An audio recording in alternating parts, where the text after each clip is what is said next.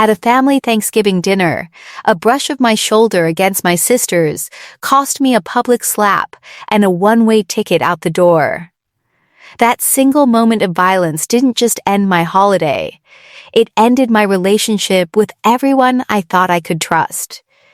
And it set in motion a chain of events that would tear my entire family apart. My name is Eleanor Vance. I turned 39 3 months ago. To say the last year hasn't been mine would be an understatement. It was the year I learned that the family you hold together with your bare hands can still break you in two if you're not watching. It was the year I discovered that blood isn't always thicker than water. Sometimes, it's just the ink on a forged signature. Everything I'm about to tell you started with a single sharp crack, her hand hitting my cheek in a room full of people who chose to be blind. 25 witnesses and not a single one of them saw the truth. Or maybe they just didn't want to. Let me take you back to the beginning. Not the beginning of the story, but the beginning of the end. It was the week of Thanksgiving, and my drive from my apartment in Lancaster to my parents' old farmhouse in Millbrook, Pennsylvania, took just under 3 hours. I'd done it so many times, I could practically do it in my sleep. I'd memorized every curve in the road, every gas station, every diner with the blinking neon sign. That drive had become a ritual, a pilgrimage to a place I wasn't even sure I belonged anymore. I pulled into the driveway on that Wednesday afternoon, my trunk loaded with 2 massive catering boxes. The whole works. Turkey, sides, pies, rolls, even the cranberry sauce nobody ever eats. For the past 6 years, I'd been the one who brought the dinner. No one ever asked me to, and no one ever thanked me for it. They just expected it. That was the unspoken contract I had signed without realizing it. I provided the feast, and they provided the indifference. My sister Cora's car was already there. I could see her through the kitchen window, flitting around the island as if she were the hostess of a cooking show. Her movements were practiced, performative. She was putting on a show, and I was about to walk onto her stage without knowing my lines. As I walked in, balancing the heavy boxes, she barely gave me a glance. My mother, Donna, was behind her, adjusting a tablecloth. Everything had to be perfect. The napkins had to be folded just so. The centerpiece had to be symmetrical. It was all about appearances. Always had been. "Oh, good, you're here," Mom said, not looking up. "Just put those on the counter. No hug. No hello. No how was the drive. Just an instruction. I was a delivery service, not a daughter. I was the help, not a family member." Cora waved a cheese cracker at me. "You're late. It's almost 4:15. I said I'd be here by 4. It's 4:12. I set the trays down, the scent of roasted herbs filling the air. It smelled like Thanksgiving. It smelled like home.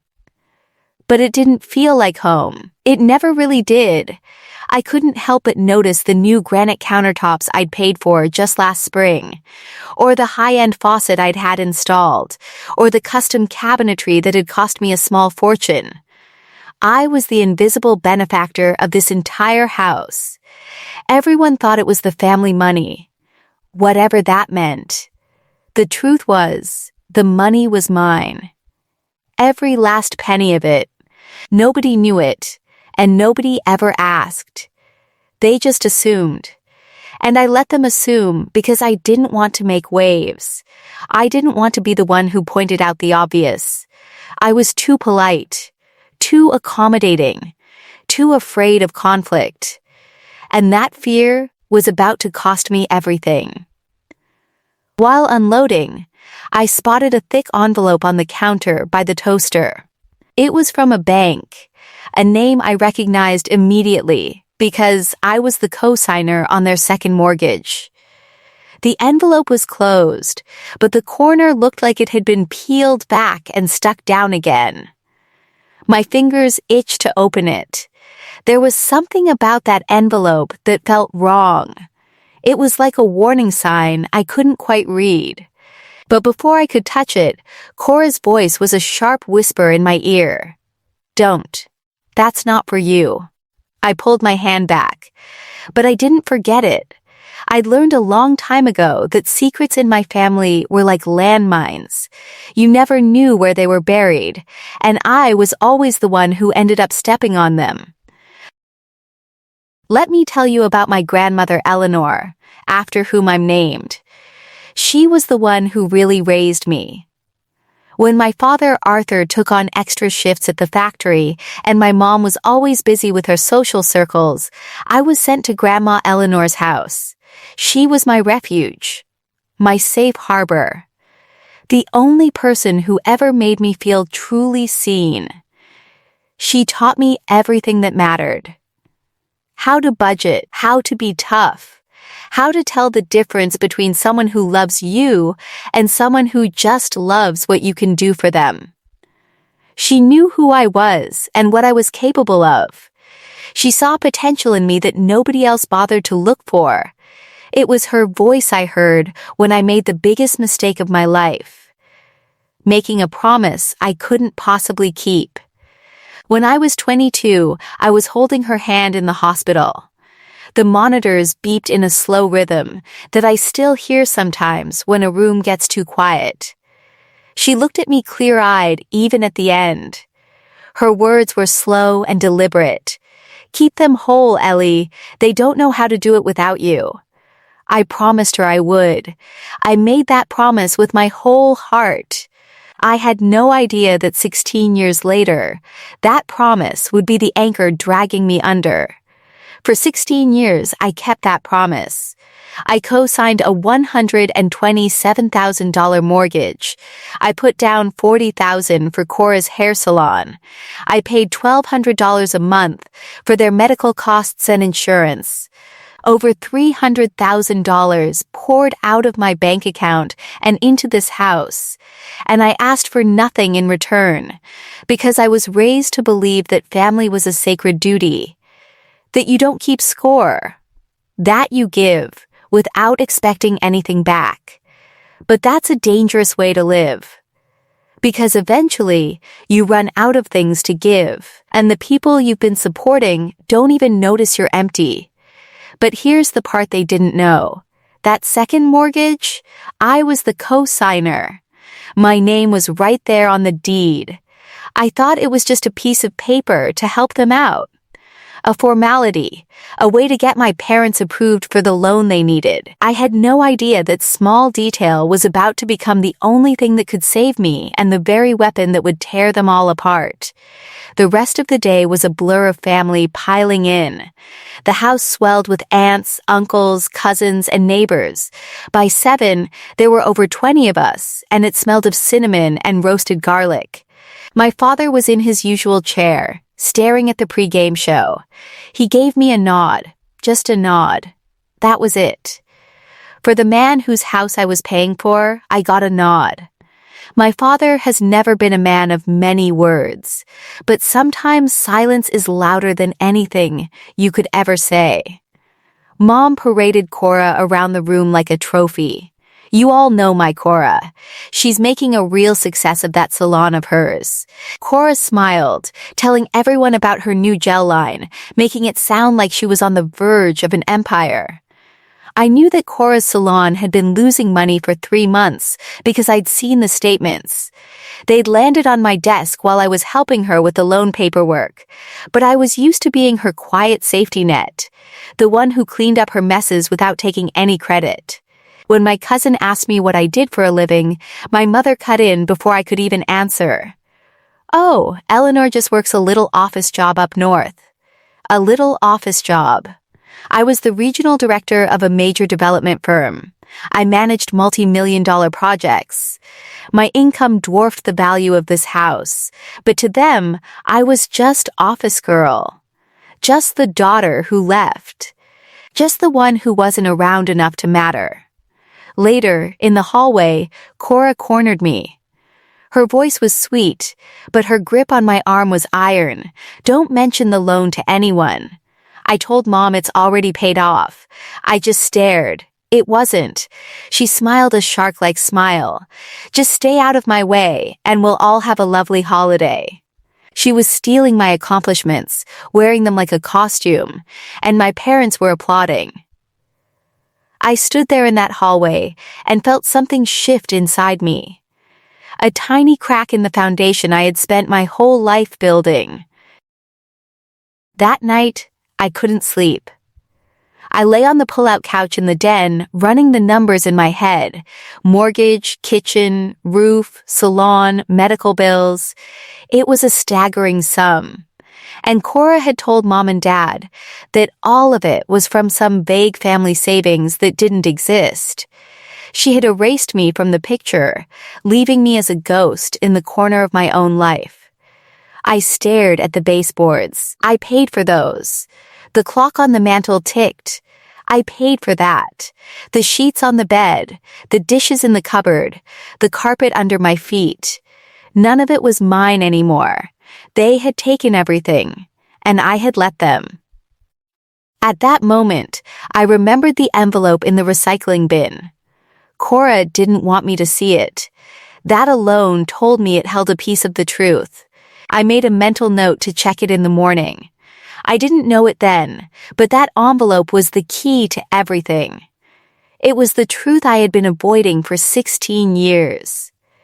Thanksgiving morning arrived gray and cold. I was up before everyone, an old habit.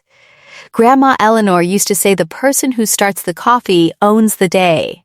I made the coffee and stood by the window, watching the frost creep across the glass. The house was quiet. Too quiet, like the silence before a storm. And there it was. In the recycling bin, just visible beneath an empty cereal box. The envelope. This time, the flap was cleanly torn. I shouldn't have looked. But I looked. I couldn't stop myself. It was like watching a car accident in slow motion. Through the opening, I could see a phrase. Deed transfer notification. My stomach lurched. I pulled out my phone, not to do anything, but just as a reflex, like taking a picture of a car accident before your brain catches up to what happened. I snapped one quick photo of the header and slid the envelope back under the box. My hands were shaking. My heart was pounding so hard I could hear it in my ears. My mother walked in. "You're up." Good, peeled the potatoes. No good morning. No gratitude. Just a command. I was the kitchen help again. I was the invisible daughter who peeled potatoes while the golden child slept in. As I peeled, my mind churned. A deed transfer on a house I co-signed. It could be nothing. It could be a routine refinance. But Cora had warned me away. Cora only warns people away from things she's trying to hide. I had a sinking feeling in my gut that told me this was something much bigger than a refinance. This was a betrayal of the deepest kind. I took a breath. I chose peace for now. After all, it was Thanksgiving. I dried my hands and started to set the table. I would deal with the envelope later. I would confront them later. Right now, I just needed to get through the day. One more day. That's all I asked for. One more day of pretending. The dining room was a battlefield of chairs. 25 seats. I placed my own at the far end, near the kitchen, the seat closest to the door. A habit. I had always sat there. It was the seat of least importance. The seat where nobody had to look at me if they didn't want to. The seat of the invisible daughter. Cora glided in, all heels and hair, walking past me as if I were furniture. "You look terrible. Did you even sleep?" She quipped. She laughed. My father, Arthur, just walked past without a word. He always walked past without a word. That was his specialty, silence, the man who could say more with a nod than most people could say with a speech. The feast began. Plates of turkey, mountains of mashed potatoes, rivers of gravy. The food I had paid for. The meal I had provided. And not a single thank you. Mom called Cora to say grace. Cora stood, closed her eyes, and thanked the Lord for this family, for Mom and Dad, and for everyone who worked so hard to make this possible. Her eyes opened and met mine for a split second, a flash of pure defiance. She knew. She knew what she had done, and she was daring me to say something. Aunt Ruthie, Dad's older sister, squeezed my hand under the table. She knew. She always knew. She was the only one who ever saw me. The only one who ever noticed the cracks I was papering over. The facade cracked during dessert. Cora, sitting at the center of the living room like a queen, held up her right hand. Look, Mom gave it to me. Isn't it beautiful? It was Grandma Eleanor's ring, a sapphire with a tiny nick on the setting from a garden fence. It was meant for me. Grandma Eleanor had told me that. She'd said it to my mother. She said it on her deathbed. The ring goes to Ellie. She's the one who will understand its value. Where did you get that? I asked, my voice coming out flat. The room went quiet. Everyone could feel the tension crackling in the air. Cora's smile didn't falter. Mom gave it to me. She said Grandma would have wanted me to have it. I looked at my mother. She nodded, as if it were the most natural thing in the world. Well, Cora is here for us, Mom said. She's the one who's always around. I said nothing. I just walked back to the kitchen, stacking plates in the sink. I let the water run. The weight of it all pressed down on me so hard I could barely breathe. I stood there for a long moment, watching the water swirl around the china. The good china. The china Grandma Eleanor had picked out for this house. The china I had paid for. Later, I was standing near the fireplace talking to Aunt Ruthie, trying to escape the noise. But Cora followed. She began telling old, twisted stories of our childhood, rewriting history to make me look like the fragile, needy one. Remember when Ellie cried at her science fair because nobody came? She always had to be the center of attention. The room went quiet. People looked at their drinks. Nobody said a word. Bridget, enough, my mother's voice cut through the room. The sharp, final tone was aimed at me, not at Cora. My father grunted from his recliner. Girls, stop it. But his eyes were on me too. It always landed on me. I was the scapegoat, the one who had to be silenced to keep the peace. The room was so crowded. I just needed a drink of water. Just 2 minutes of peace where nobody was looking at me. I stood up from the fireplace, squeezing between the coffee table and the back of the sofa where Cora was holding court. My shoulder brushed hers. It was the kind of contact that happens 100 times at any family gathering. The kind you don't even register. Cora went still. The room noticed. The loudest person had stopped talking. I saw her jaw tighten. I saw her right hand lift. I couldn't believe it. Not here. Not in front of everyone. Not over a simple brush. But I was wrong. The next 3 seconds changed everything. Before I could move, her hand connected with my face. Crack, the sound cut through the chatter like a gunshot. I tasted metal. My ear was ringing. I felt the heat spreading across my cheekbone.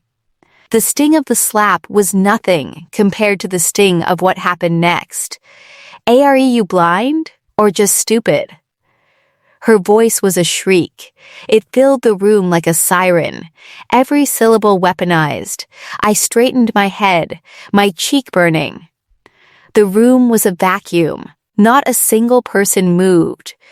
I didn't raise my hand. I didn't step back. I didn't say a word. because the next voice that broke that silence would tell me everything I needed to know about my family. My mother moved first. She crossed the room in 3 quick steps. I had a single, hopeful, stupid thought. She's coming to me. She saw her daughter get slapped, and she's going to do what mothers are supposed to do. She stopped in front of me. Her face was a mask of fury. "Say you're sorry, or get out of this house right now." The words didn't just hit me. They hollowed me out. She had struck me. She had slapped me across the face in front of everyone. And my mother was telling me to apologize. I said it out loud.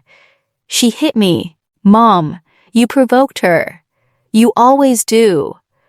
I looked at my father. He was already on his feet, standing by the front door. He didn't say a word, not one word. He just opened it.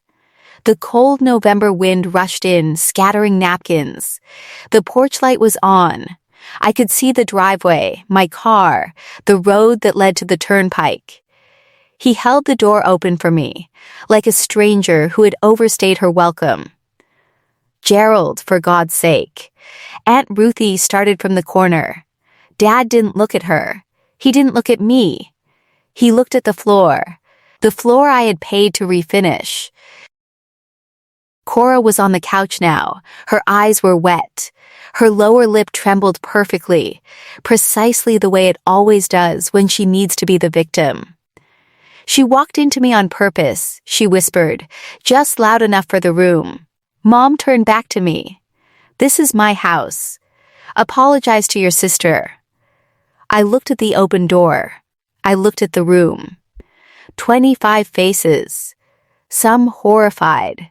Some uncomfortable. None of them stepping forward. None of them saying a word. The door was open. The choice was made. Not by me, by them. I picked up my coat from the chair by the window. I took my keys from the hook by the door. I didn't rush. I didn't stumble. I walked like I was leaving a conference room after a meeting that ran long. Aunt Ruthie stood up. Dad cut her off with a look. Not a word, just a look, and she sat back down. Her face was red. Her hands were shaking. I passed Dad at the door. He was still holding it. His knuckles were white on the knob. I stopped just for a moment, close enough to smell the aftershave he'd worn since I was 5. He didn't look up. I stepped onto the porch. The cold hit my face. The same cheek Cora had hit. It stung in a different way. A clean way. Behind me, the door closed. I heard the deadbolt turn. Click, I walked to my car. The gravel crunched under my feet. The driveway was full. 7 cars. Maybe 8. Mine was at the end near the road because I was the last one to arrive. Fitting, the invisible daughter, the one who always had to park the farthest away. I sat in the driver's seat. I didn't start the engine. I put my hands on the wheel at 10 and 2. I looked at the house. The windows glowed warm and yellow. I could see shapes moving behind the curtains. 1 minute. 2 minutes. 3 minutes. I waited. I don't know what I was waiting for. A sign. A gesture. Someone to run out and stop me. Nobody came. I started the car, pulled out, and turned left onto the county road. The house shrunk in the mirror, then disappeared behind the tree line. 3 hours to Lancaster. I didn't turn on the radio. I didn't call anyone. I didn't cry. I just drove. And the lines on the road came one after another, and the dark filled the windshield, and somewhere past Scranton, my phone buzzed. Aunt Ruthie. I'm so sorry, honey. That was wrong. All of it. I read it at a red light. I didn't respond. Not yet. I needed time. I needed to process what had just happened. I pulled into my apartment complex at 11:14 p.m. The parking lot was quiet. A cat slunk under a dumpster. The air smelled like frozen leaves. I sat in the car for a moment with the engine off, staring at the door to my building.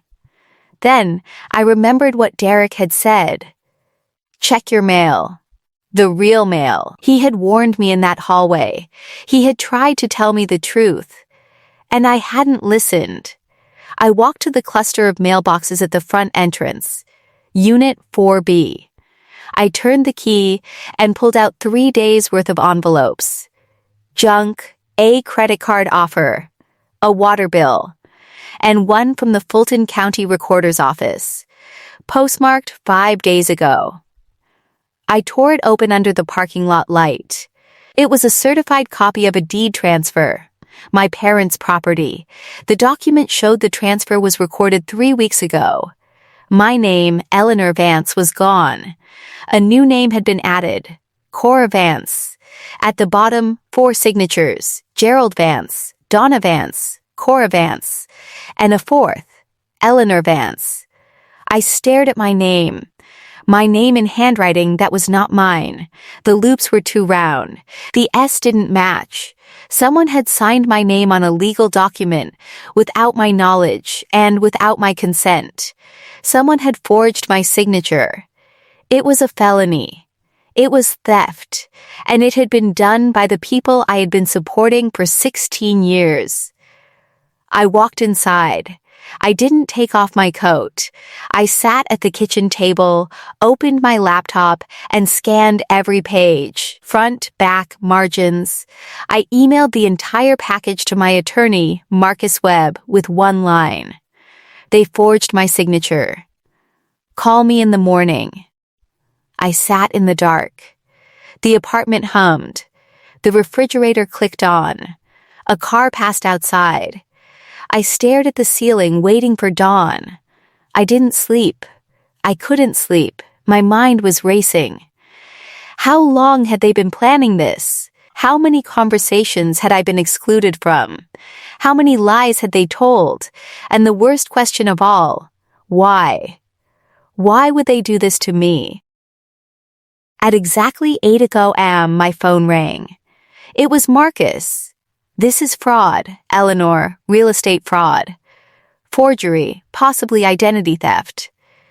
We file Monday. He told me he had pulled the county records. The deed was filed 3 weeks before Thanksgiving. They had used the forged signature to open a home equity line of credit, $85,000. They had drained it into Cora's failing salon business. My credit, my reputation, my future, all hanging by a thread because of a crime committed by my own family. Monday morning. That's when everything changed. I was sitting across from Marcus in his office in downtown Lancaster. He had reading glasses on and a file that was already thick.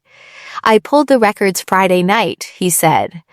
Your name was on the original deed as co-signer when the second mortgage was recorded 8 years ago. 3 weeks ago, a new deed was filed, removing you and adding Cora Vance as co-owner. Without your signature. He slid a photocopy across the desk. There's a signature. It's just not yours. I looked at it. The fake Eleanor Vance stared back at me. Loopy, rushed, nothing like my handwriting. There's more, Marcus said. After the deed transfer was recorded, someone opened a home equity line of credit secured by the property. $85,000. The application lists Cora Vance as the borrower. The bank approved it based on the equity your payments built. I sat back in my chair. Outside the window, Lancaster traffic crawled through a cold December morning. What are we looking at, Marcus? He folded his hands on the desk.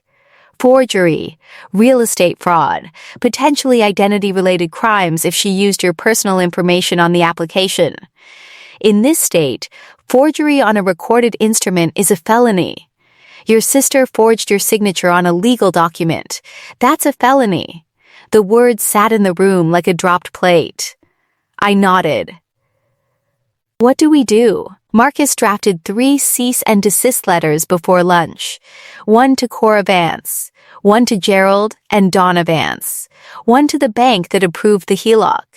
The language was clean, direct, and devastating. It demanded immediate freeze on the HELOC, restoration of the original deed with my name, full accounting of all funds withdrawn. And notice that a criminal complaint would be filed if compliance wasn't achieved within 15 days. 15 days, Marcus said. That's generous. While he printed the letters, I pulled out my phone. I opened my banking app. For 8 years, I'd had automatic transfers set up. $1,200 a month to my parents' joint account. The mortgage payment on the second lien. A quarterly transfer to the salon's business account. I canceled them all. Every single one. It took 4 minutes. 8 years of financial support erased with 6 taps on a screen. Marcus watched me from across the desk. You sure? They forged my name and stole my equity. I'm not funding that. He nodded. Once we filed the complaint with the county recorder, the deed transfer gets flagged. A lis pendens goes on the property. That's public notice of a legal dispute. Nobody can sell, transfer, or refinance until it's resolved. Will my parents face charges? Marcus leaned back. They signed the deed under their own names. If they claim they didn't know about the forged signature, they'll need to show Cora misled them. Either way, someone is in legal trouble. I stared at the letters on his desk. 3 envelopes. 3 relationships detonated with 12 pages of legal language. I'm not punishing anyone, I said. I'm protecting myself. Marcus slid the envelopes into a FedEx mailer. That's exactly what you're doing. We shook hands. I drove back to my apartment. My phone was silent for the first time in months. It wouldn't be silent for long. Wednesday, 5 days after Thanksgiving. My phone rang at 7:42 a.m. It was my mother. I almost didn't answer, but I'd been waiting for this call the way you wait for test results. Wanting to know. Dreading to know.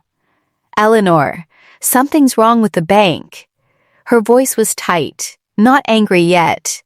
Confused. The payment didn't go through this month. There's no error, Mom. I canceled it. Silence. The kind that has weight. I could hear the kitchen clock ticking through the phone. I could hear my father breathing somewhere nearby. What do you mean you canceled it? I mean, I stopped paying for a house I no longer own. What are you talking about? Her voice pitched up. This is your family, a family that forged my signature and stole my equity. You'll be hearing from my attorney. The silence broke. My mother's voice cracked open like ice on a pond. You ungrateful, after everything you've. Name one thing, Mom. Name one thing you've done for me. She couldn't. The pause stretched. I heard her breath catch. Then my father took the phone. His voice was low and tired. The way it always sounds when he's been drafted into a fight he'd rather watch from the recliner. Eleanor, don't do this to your mother. I didn't do anything to her, Dad. Check who did. I hung up. I set the phone on the counter, screen down. It buzzed 14 times over the next 3 hours. Cora. Mom, Dad. Cora again.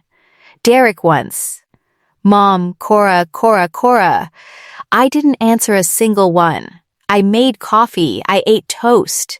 I sat at my kitchen table and watched the December sun crawl across the floor. And for the first time in 10 years, I didn't feel the weight of that house on my back. I didn't raise my voice. I didn't need to. Thursday, the FedEx arrived. I knew because Cora called me at 11:08 a.m. and she was crying. Not the theatrical crying she does for Mom. Real crying. The ugly kind. Wet and ragged and afraid. You can't do this to me. I'm your sister. You forged my name on a legal document. That's not a family matter, Cora. That's a crime. Mom and Dad told me to do it. They said you wouldn't care. I closed my eyes. There it was. The blame shift. The same move she'd been making since we were kids. Break something, then point at someone else. Then they can explain that to the court. Eleanor, please, please. I'll fix it. I'll put your name back. I'll close the HELOC. Just don't file. You had 3 weeks to fix it. You spent $85,000 of my equity instead. She made a sound. Half sob, half choke. For the first time in my life, I heard my sister stripped of her performance.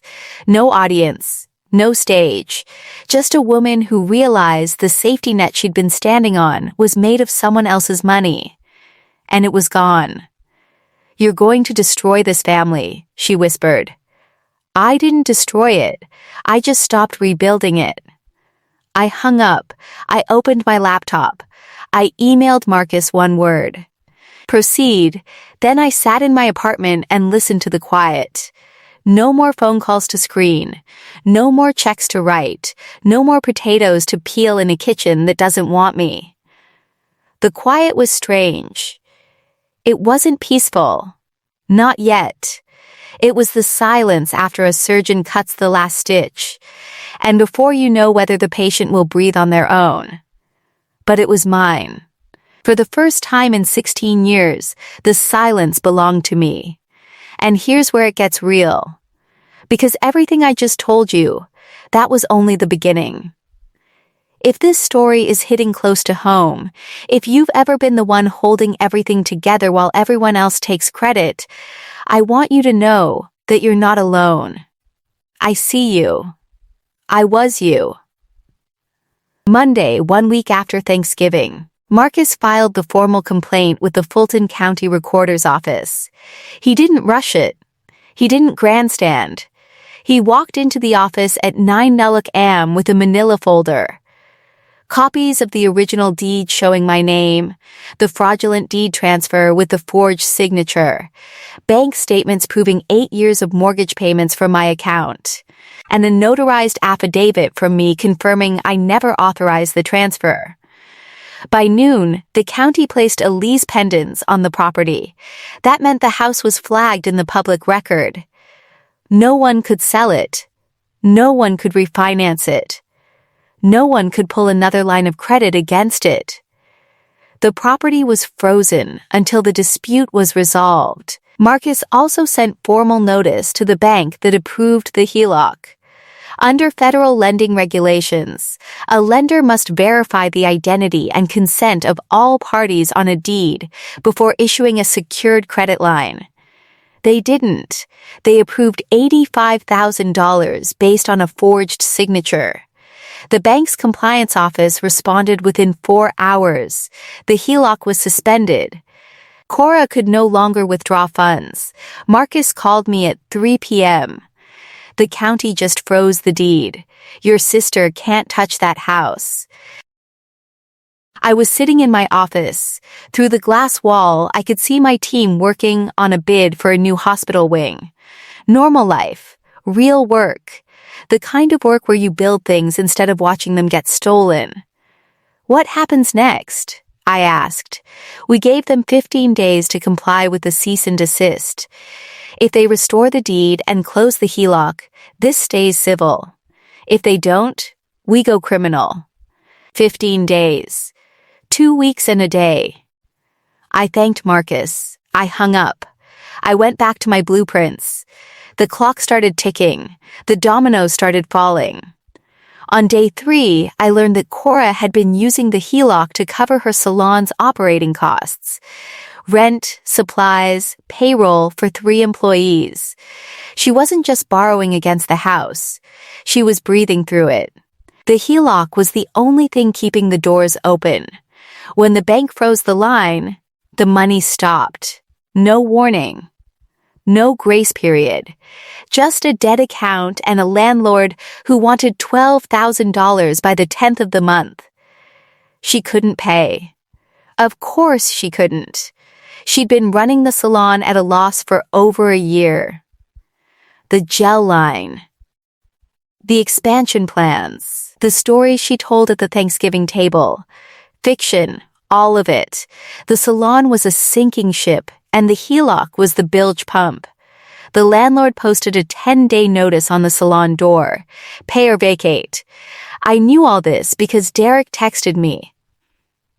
One long message sent at 2 a.m., full of typos and exhaustion. She used the HELOC for everything. Rent, credit cards, everything. She told me it was covered. I told her not to do the deed thing. She said if I said anything, she'd tell your parents I cheated. I didn't cheat, I just didn't fight hard enough. He ended with, "You stole from the one person keeping us afloat." That's what I told her. She threw a plate at me. I read the message twice. Then I put my phone down and went to bed.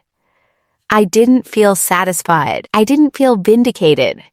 I felt the way you feel when a building you've been propping up with your own body finally collapses. Relieved that you stepped away, but sick at the sound of it falling. Cora called me 6 times that week. I let everyone go to voicemail. Day 9. My father called. I almost didn't recognize his voice. It was thinner. Older, like the last 10 days had added 10 years. "Bertie, this has gone too far." He hadn't called me Bertie since I was 12. The sound of it cracked something in my chest, something I thought I'd already broken clean. "Dad, she forged my signature. She made a mistake." People make mistakes. "You held the door open for me, Dad, on Thanksgiving. You didn't say a word." Silence. I could hear the furnace through the phone. I could hear my mother's TV in the background, some game show with a cheerful host. "I didn't know what to say," he said. "That's the problem. You never do." More silence. Then carefully, like he was handling something fragile. "What do you want from us?" "I want the deed restored. I want the HELOC closed. And I want Cora to face the legal consequences of what she did." "That's not revenge, Dad. That's the law. She's your sister. She committed a felony against me. Being family doesn't change that." His breath shuddered. It was the sound of a man who spent 65 years avoiding hard conversations, now standing at the edge of one he couldn't walk away from. "If you do this," he said, "your mother will never forgive you." I closed my eyes. I saw him at the door, hand on the knob, cold air flooding the room. His daughter's cheeks still red. He chose silence then. He was choosing negotiation now. Both were the same thing, avoiding the truth. "She hasn't forgiven me for leaving home at 18, Dad. I think I'll survive." He hung up. No goodbye. Just the click of a man who ran out of arguments he never had. I set the phone down and stared at the ceiling. 15 days. 6 left. Day 15. Deadline. Marcus sent a check-in email at 9 a.m. Any response from the other side? Nothing, no attorney contact, no compliance, no deed restoration, no HELOC closure, nothing but silence. And Cora's Facebook post from 3 days ago. Some people use money to control their family. I feel sorry for anyone who thinks love has a price tag. I screenshot it and forwarded it to Marcus. His reply, "She's building a narrative. We file tomorrow." And they did. The next morning, Marcus submitted a criminal complaint to the district attorney's office. The charges: forgery of a recorded instrument and real estate fraud. Both felonies.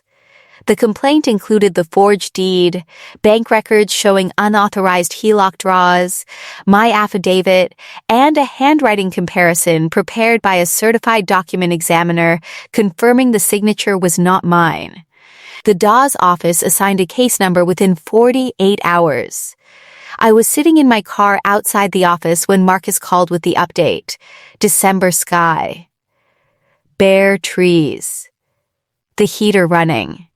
It's filed, he said. The DA has it. Okay, you okay? I looked out the windshield. A woman was walking into the building across the street, carrying coffee, scrolling her phone, living a Tuesday like it was nothing.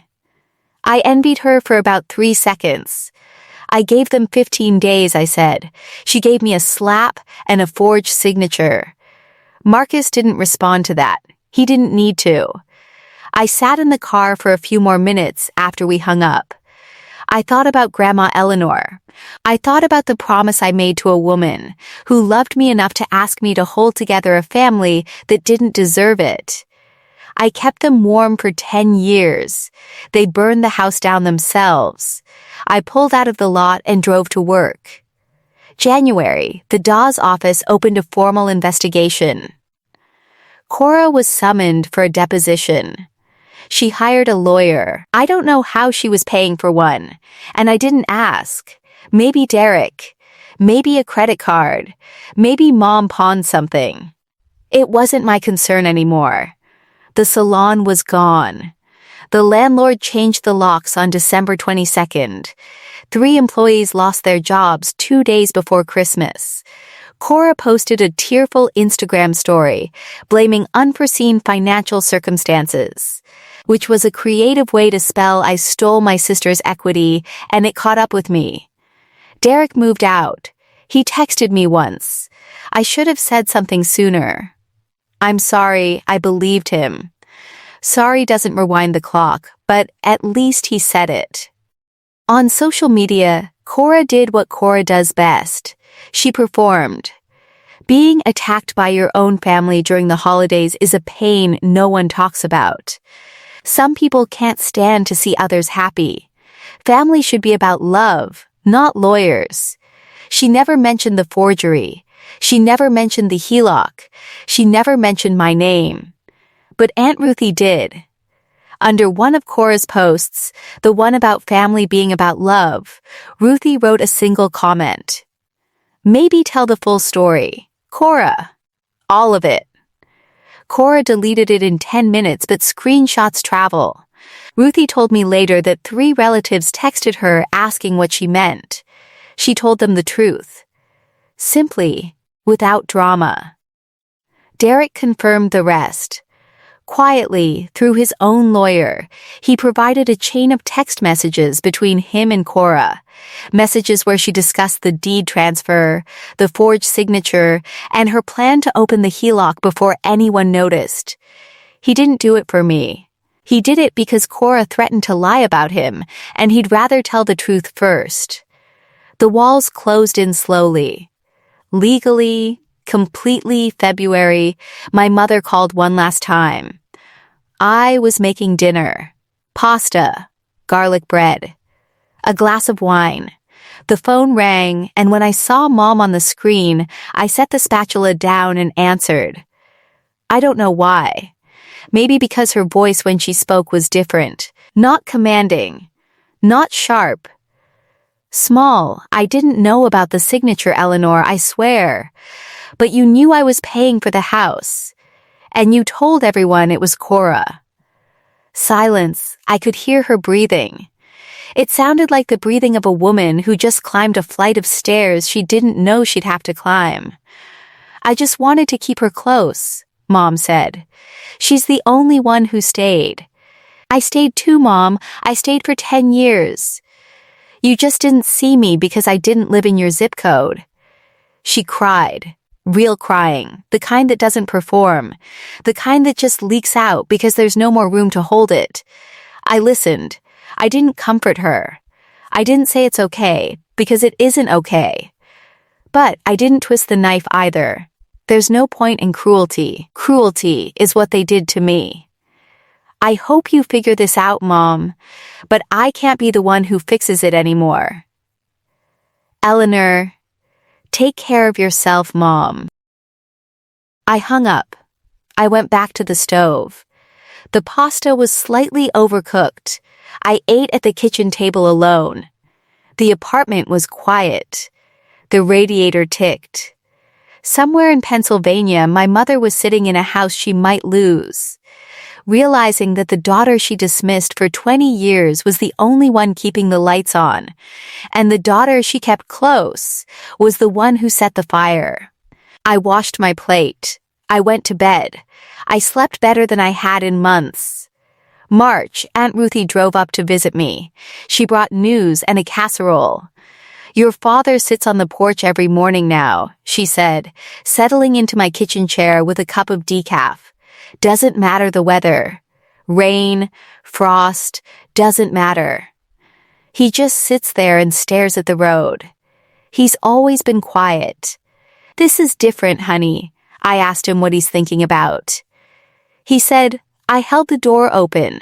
I held it open for her to leave." I set my mug down. The coffee rippled. Ruthie reached into her bag and pulled out an envelope. "He asked me to bring you this. Wrote it by hand." Took him 3 days. I took the envelope. My name was on the front. Birdie in my father's careful, blocky handwriting. The man who never says what he feels put a stamp on it anyway. I opened it later after Ruthie left. It was 1 page, blue ink on lined paper, the kind he'd tear from a legal pad. He wrote that he was sorry, that he always knew I was the dependable one, the one who held things together. But he never said it, because he thought I didn't need to hear it. He wrote that he was wrong, that everyone needs to hear it. He wrote that the night I walked out, he stood at that door for 10 minutes after I left, staring at the driveway, and he knew he'd made a mistake he couldn't undo with a sentence. At the bottom, "You deserved better from me. I don't know if I can give it now, but I know I should have given it then." Inside the envelope, wrapped in a tissue, was Grandma Eleanor's sapphire ring. He had taken it back from Cora. I held the ring in my palm. It weighed almost nothing. It weighed everything. I put it in my nightstand drawer. I didn't write back. Not yet. Small towns have long memories and short fences. When the lease pendants hit the public record, it became searchable. County records are online in Fulton County. Anyone can look them up.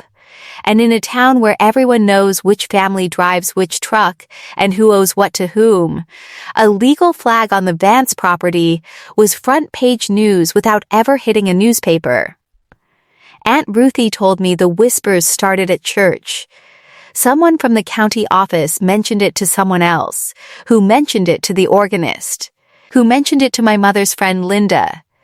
"Is everything okay with the house?"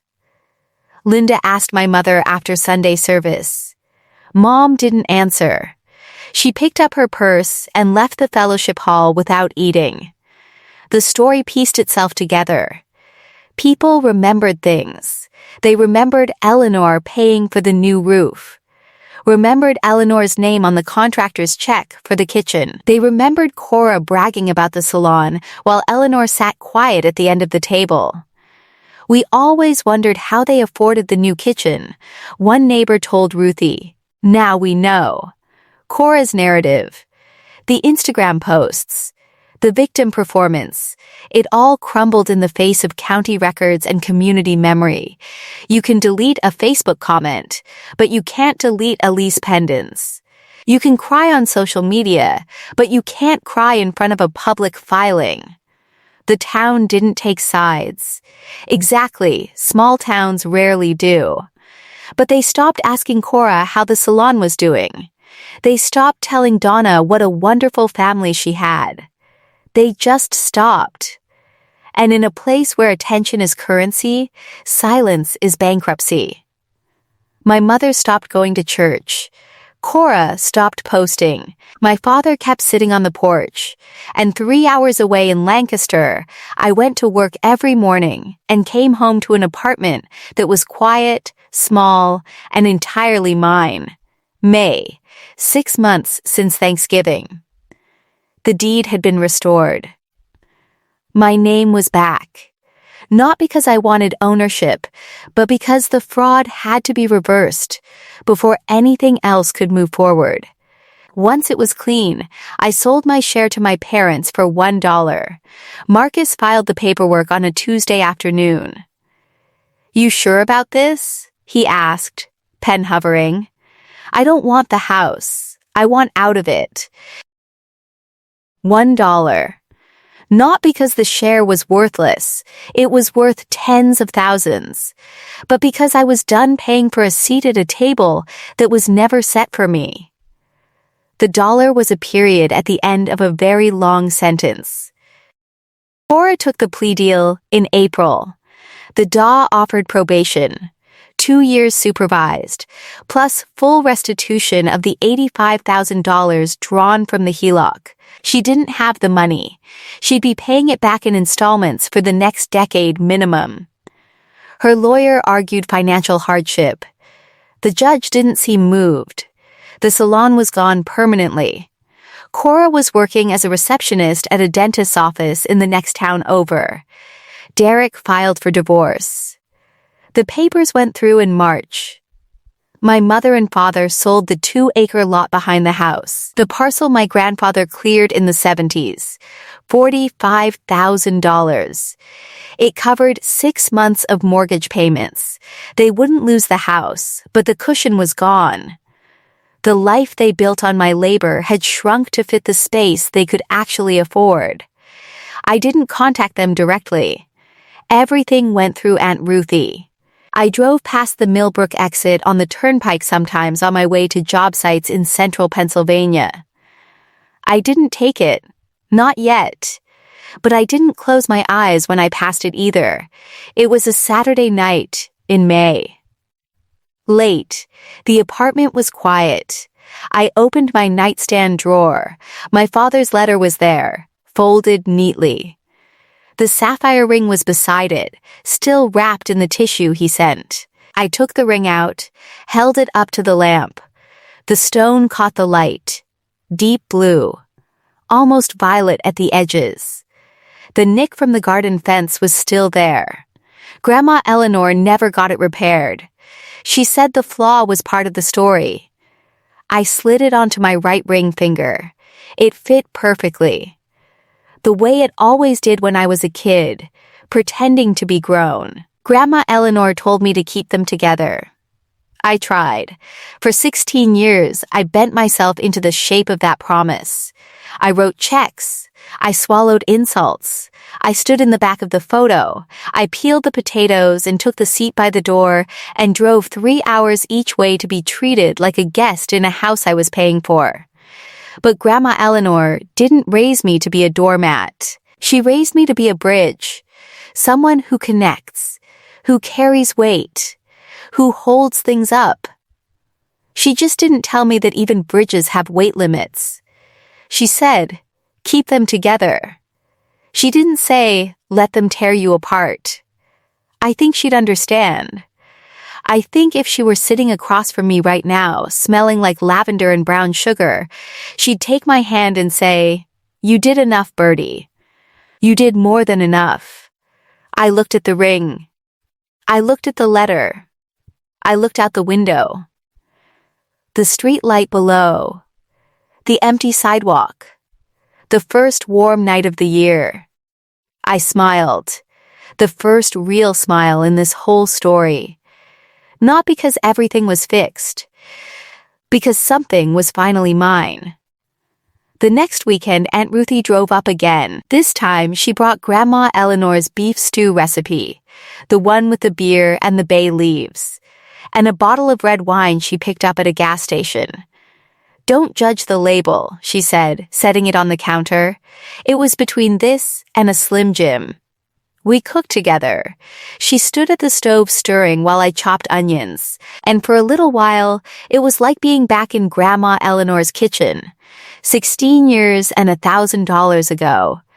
Your dad started seeing someone, Ruthie said, not looking up from the pot. A counselor. First time in his life. Good for him. Your mom hasn't gone. She's not blaming you anymore, but she's not ready to say the words. Which words? All of them. Ruthie shrugged. She's stubborn. You know that. I do. Cora and Derek. Officially done. Papers signed last month. I nodded. I didn't feel happy about it. I didn't feel sad. I felt the way you feel when a storm passes and you step outside and everything is wet and wrecked and still somehow lighter. Your dad misses you, Ruthie said. She finally looked at me. Her eyes were soft. He won't say it right, but he does. I know, but missing me isn't the same as respecting me. No, she said. It's not. We sat at my kitchen table with the stew and the gas station wine. We ate. The apartment was warm. The windows were fogged from the cooking. Ruthie didn't give me advice. She didn't tell me to forgive. She didn't tell me to call. She just sat across from me and ate the way Grandma Eleanor used to. Present, steady, quiet, in a way that said more than talking ever could. You did the right thing, Bertie, she said at the door. The hard thing and the right thing. So here I am, Eleanor Vance, 39 years old, Director of Business Development, resident of a one-bedroom apartment with a drafty window and a stove that clicks twice before it lights. I don't hate my family. I want you to hear that clearly. I don't hate them. My parents are flawed. Frightened, human, my sister is selfish and desperate and small. My father is a good man who never learned to speak up. My mother is a scared woman who confused proximity with love. They're not monsters. They're just people who got used to taking from someone who never said no. Until she did. I used to think loyalty meant never walking away, that keeping a promise meant keeping yourself small so other people could stay comfortable. Grandma Eleanor asked me to hold this family together, and I thought that meant carrying all of it. The weight, the cost, the silence, the slap. Now I know that loyalty to yourself is the first loyalty. Everything else comes after. You can love people and still refuse to let them destroy you. You can forgive without returning to the scene of the crime. You can sell your share for $1 and walk away richer than you've ever been. I don't know if I'll talk to my parents again. Maybe at Christmas. Maybe next year. I'm not closing the door, but I'm not holding it open for people who've shown me what they do when they have the chance to walk through it. Sometimes the strongest thing you can do is not fight. It's not yell. It's not prove anything to anyone. It's walk out the door, close it behind you, and build something that's yours. Grandma Eleanor would understand. I look at the ring on my finger. The sapphire catches the light. The nick in the setting winks at me like a secret between us. I smile. And I mean it. That's my story. And if you're still here, thank you. That means more than you know. Now, I have a question for you. Would you have walked out that Thanksgiving night? Or would you have stayed and fought? Drop your answer in the comments. I read every single one. And if this story reminded you of someone who needs to hear it, share it with them. Sometimes, people need to hear that they're allowed to stop giving. If this story resonated with you, if you've ever been the one holding everything together while the people you love tear you down, hit the like button and subscribe to Winds of Thought. We tell stories like this every week because we believe that our stories are what connect us. Thank you for listening. Your time means more to me than you know. I'll see you in the next one.